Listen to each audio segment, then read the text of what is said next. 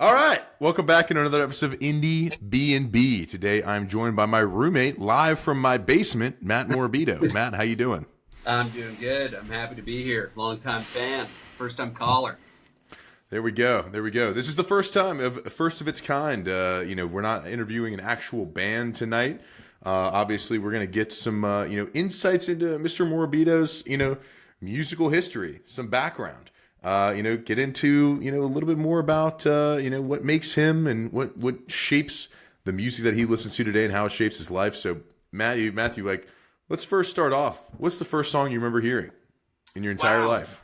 The first song I remember hearing my entire life.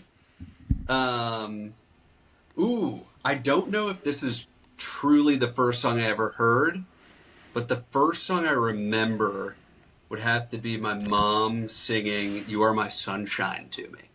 How about that? A deep cut. That's a deep cut. I like that.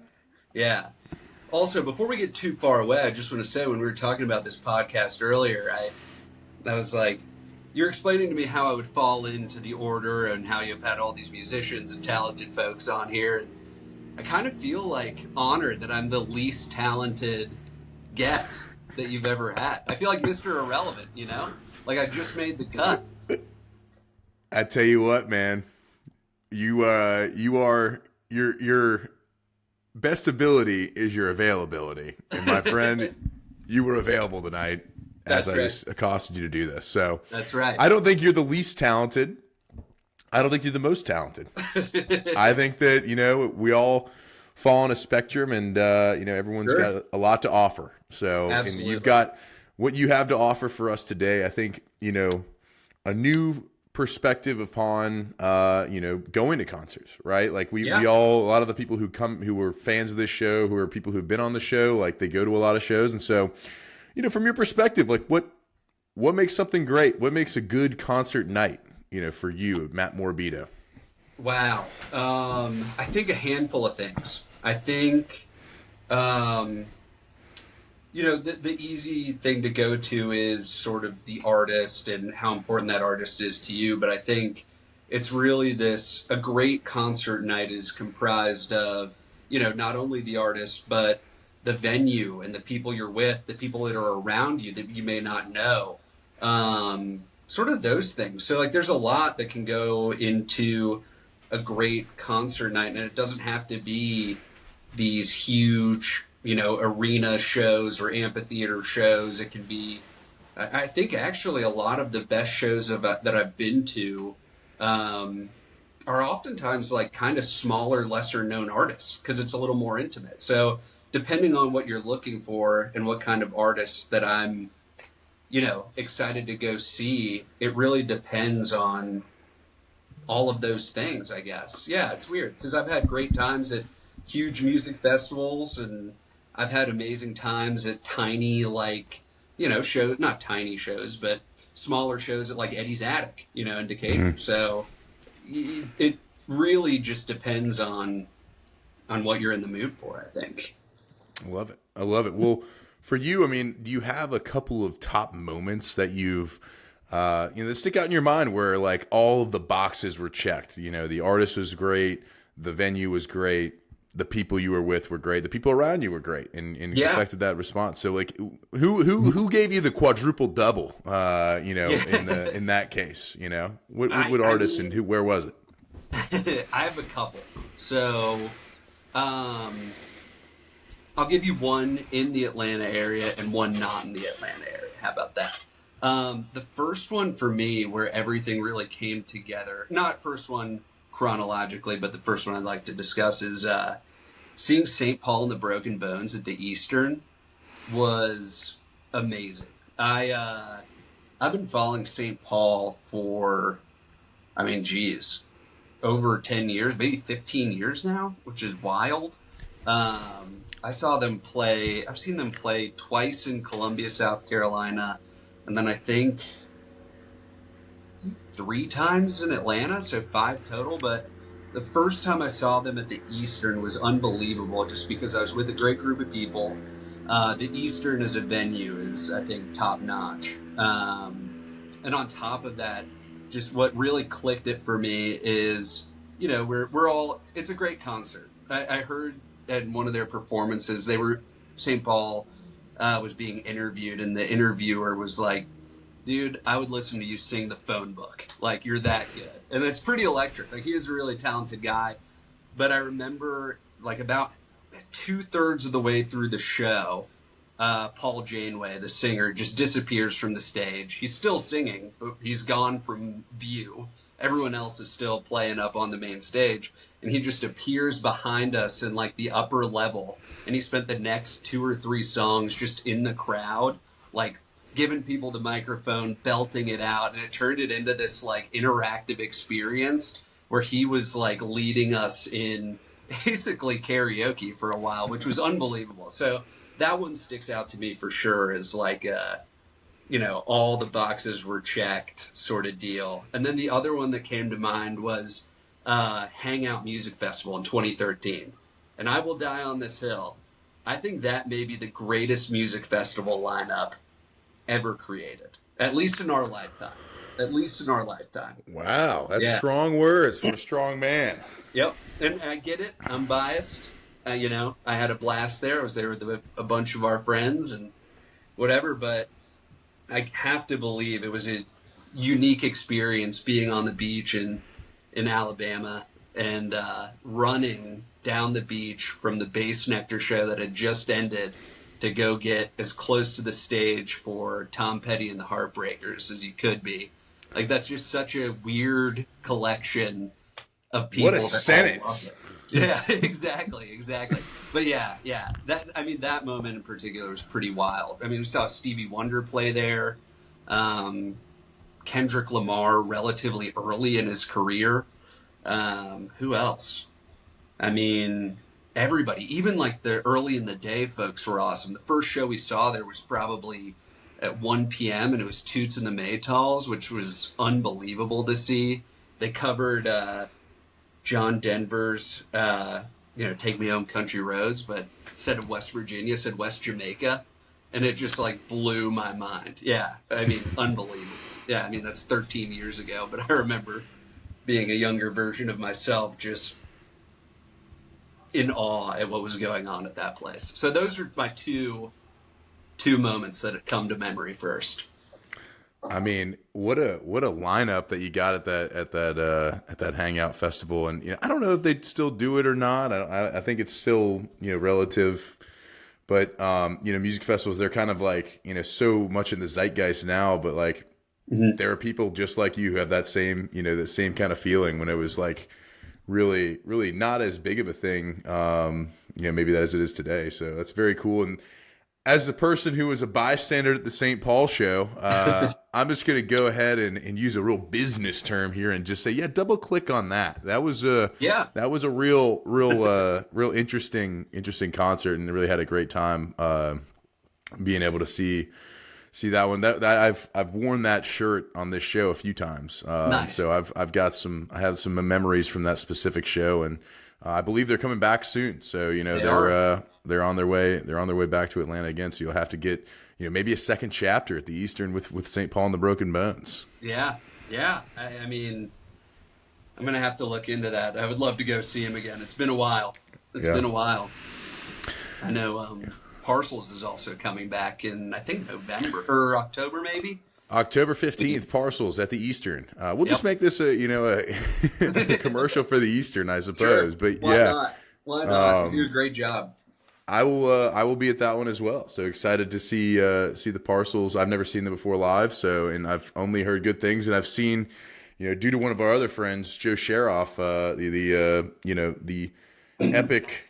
Which one is it? He does a couple of them. What is the YouTube videos? I mean, they're seared in my memory, but I cannot remember where they are. Oh, you mean, are you talking specifically Parcels videos? Yeah, Parcels videos. I mean, Tied Up right now. That's a killer one. Yeah. I'm talking about the ones that are the full sets. What are the ones? What is the full sets? Oh my gosh. Good night. I don't remember. All that's coming to mind is both iterations of Wolfpack Live at Madison Square Garden. But that might be what I'm confusing them with. Yeah.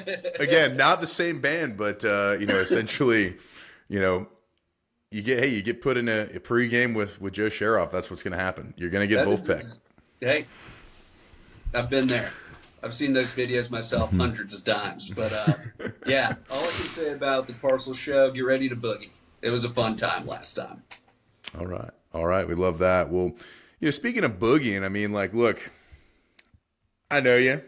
I know what you got going on right now. We're just talking earlier today, and you're planning a wedding. You've got an assignment within that wedding that I'm assuming your bride has given you to make sure that the playlist is curated perfectly. And so, what has been going into your head about that? As look, we're a months away, but this is something you probably need to get knock it off the to-do list. Like, talk me through your strategy there.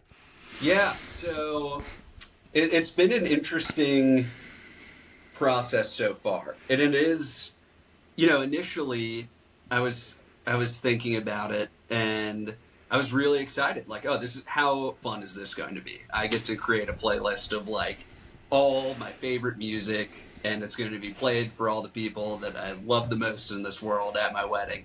But as I dove into it, it's kind of a daunting task, actually. So, because really it's less about what music you like and more what fits the scenario where you're at. So, like, it's kind of hard to, imagine, pick however many hours of music I'll need to match, our wedding reception. I'm also in charge of the music that's going to be played during our ceremony. So I'm talking to, like string quartets, which has been really interesting. So it's been tough. And I'd say one of the most interesting things I think about that process is it's forcing me to be more open about like what I listen to on a daily basis. Cause rather than like, I feel like on a daily basis, I open up Spotify and I'm like, oh yeah, this is a jam. I love this song. I'm going to listen to it and music like it.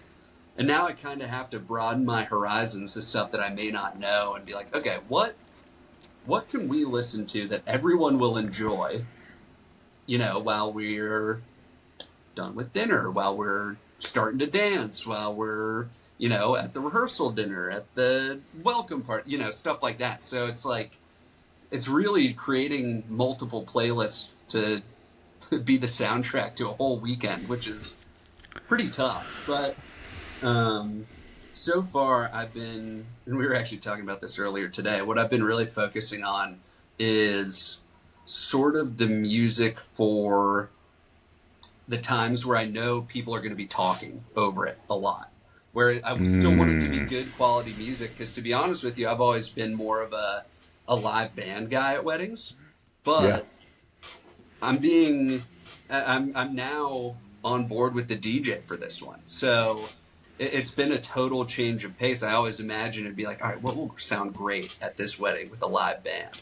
And now it's like, okay, how do we let this DJ have fun within these parameters, that it needs to keep everyone satisfied, moving and happy. And yeah, it's been really odd, actually. It's a lot more stressful of a task than I initially realized.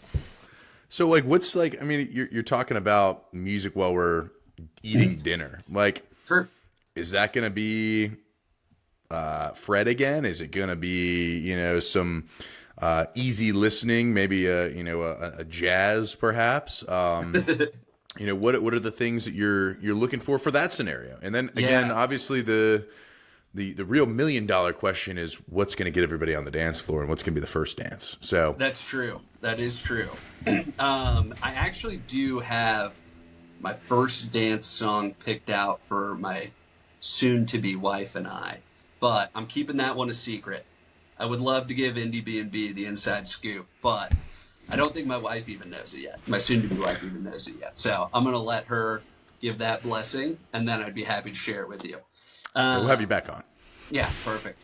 But another thing, you mentioned Fred again. It's funny that you said that because in a weird way, with as much as I know you listen to Fred again, I was kind of a late adopter to Fred. But now he's been like a weirdly large driving force in sort of the vibe I'm going for. Because he has a lot of music where it's like, it's it's upbeat, it's fun, it can be light, it can be heavier. But finding the right Fred songs has been, that I really like, has been really helpful in sort of giving me a jumping off point. And what I've been doing, I mentioned this earlier with another song we were listening to. I've been finding songs where I'm like, okay, this would be great for this moment in our wedding. So I'd play that song, and then I just let Spotify spit out stuff to me that is similar. And I've found, I mean, I don't know how many new artists that I would have never found that have really good music that are sort of in that same vein, but also do their own thing. So that's been really interesting to me, is like just broadening my horizons. I think what we're going to go for is, I think the reception itself will be pretty easy. I think I know what I'm looking for and how to get people on the dance floor. There's some classics that just like have to be played. That being said, I am taking requests. If you want to hear something in particular, you just let me know and I'll make sure it's heard. But it's a dangerous precedent to set, because you really can get a wide range of things. That is true. That is true. That's not an offer I'm giving to just everyone. So that is for you specifically. As a industry professional, I respect your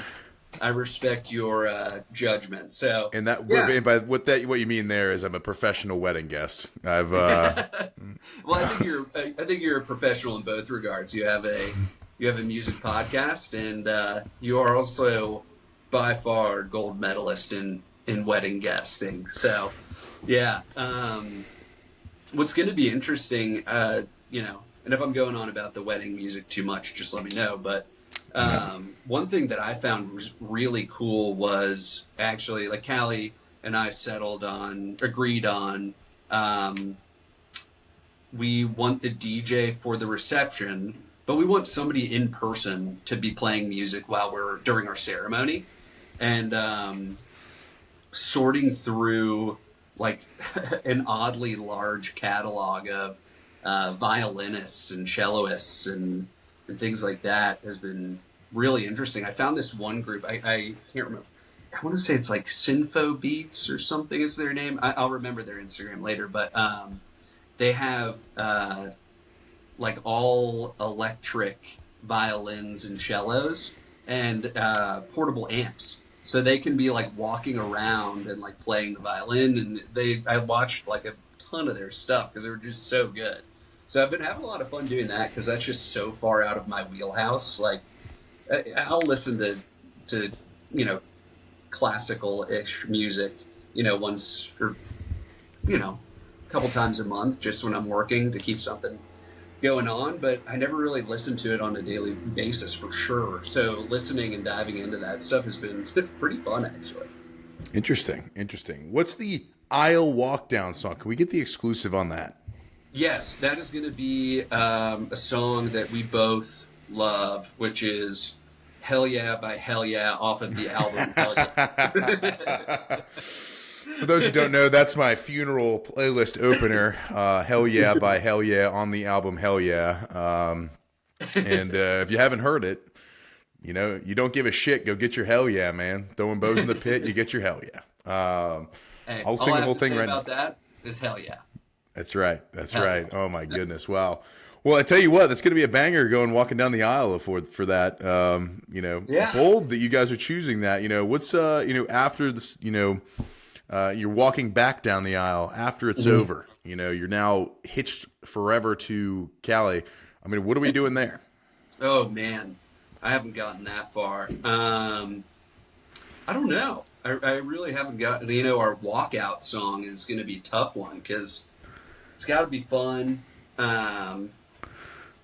Actually, if I had to call it right now, I might choose something by Stevie Wonder for some reason. And that doesn't work with a violin or a cello, but I may bring in a speaker just for that, because I remember being there for his concert, and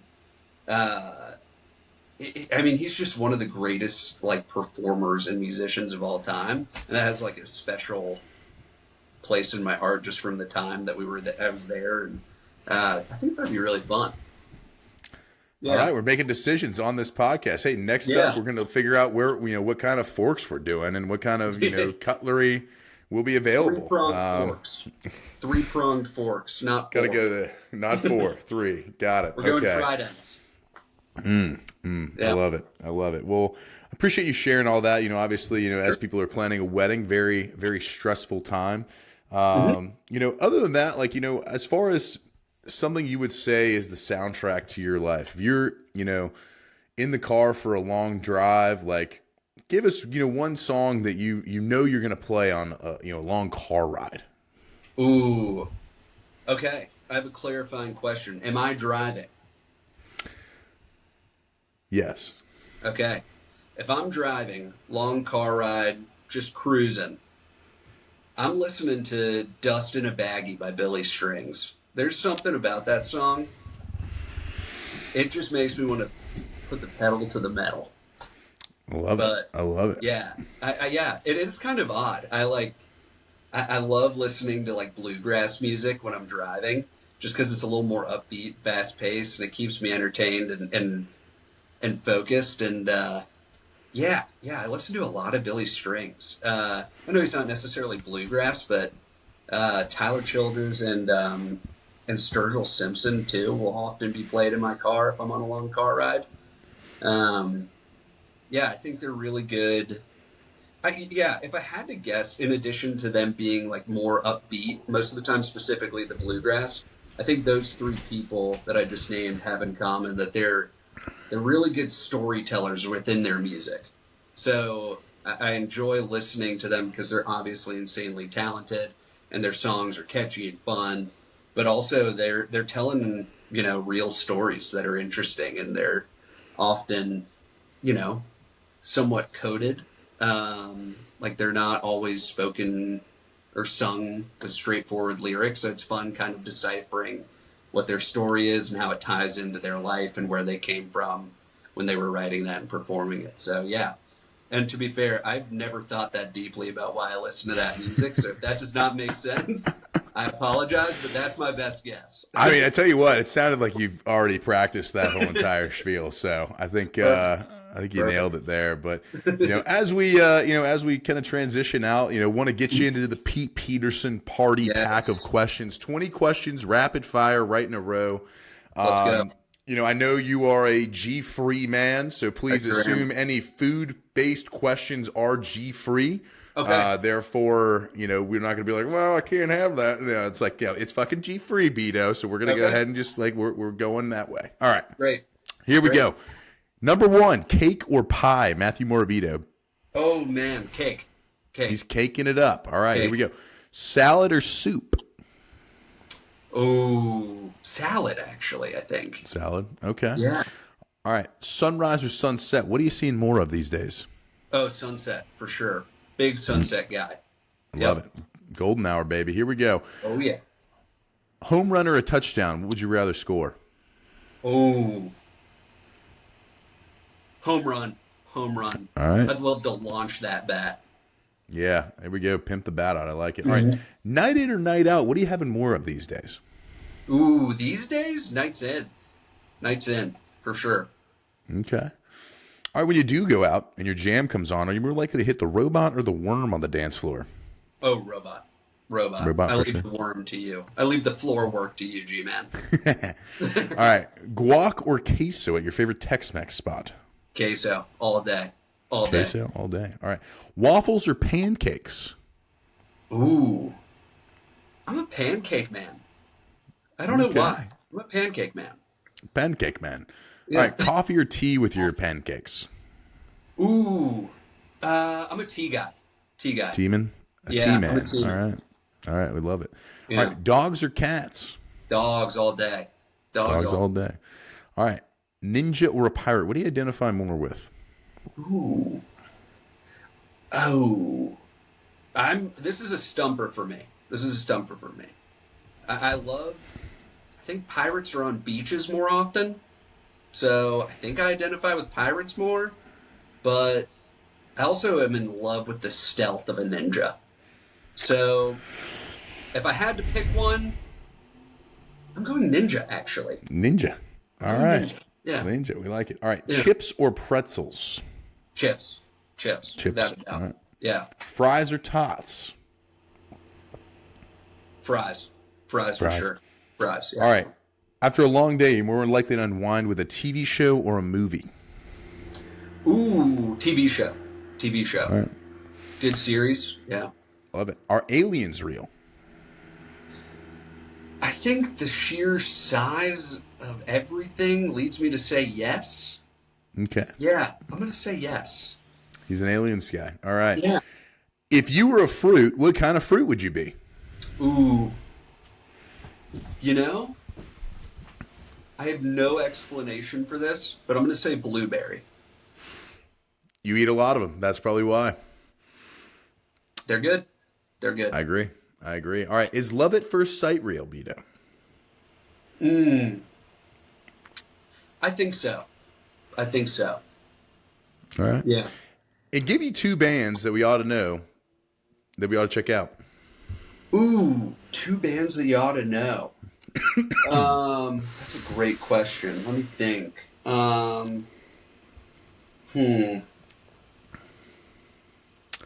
Man. Two bands that we ought to know. You can just give me one if you want. Yeah, that's tough. That's a really tough one.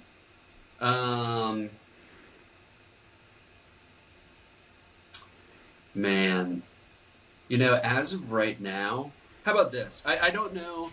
I don't know if I know any that like I can stand by and be like, look, not enough people know about this guy. But I will say a fun up and coming band that is like, I think there's a bit of a nostalgia to it just because right now they feel like such a college band. And I remember what that was like. But these guys put out some good music. I'm going to say Congress. Congress the band. Go check them out. That's on Matt Morabito's playlist on repeat. Yep. Well, Matthew, appreciate you taking the time to get in and go through the Indiebnb. Good luck with your wedding. Look forward to experiencing it myself. Yes. And I will be sure to let the listeners know what you ended up choosing in all of the facets that we mentioned here. And I appreciate you taking the time to share your concert experience and basically let us do a commercial for the Eastern here. Yeah. Hey, absolutely. I appreciate you having me on. And I'm looking forward to what you grade my wedding music choices. Can't wait. All right, man. All righty, dude. Have a good one. You too. Bye. Bye.